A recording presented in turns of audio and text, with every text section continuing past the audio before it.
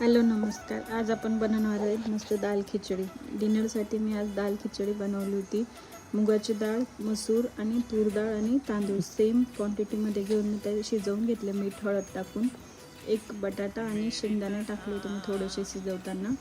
फोडणीची तयारी करणार आहे. कांदा, टोमॅटो आपल्याला जे आवडतील त्या भाज्या आपण त्यात टाकू शकतो. मस्त जिरं, लसूण, अद्रक, टोमॅटो छान परतून घ्यायचे. कढीपत्ता टाकायचा, हिंग घालायचे, आवडीचे मसाले घालायचे, मेथी, कांदा, लसूण, लाल मिरची, तिखट आणि किचन किंग मसाला घातला आहे. मग आपण शिजवून घेतलेली तांदूळ खिचडीची साधी खिचडी म्हणतो ती मी त्यात ॲड करणार आहे आणि गरम पाणी टाकणार आहे. छान मिक्स करून घ्यायचं. आपल्याला कन्सिस्टन्सी किती पाहिजे ते बघायचं आणि मस्त कोथिंबीरवरती टाकायची. नंतर तडका द्यायचा आहे. दाल खिचडी तयार. Please do like, subscribe.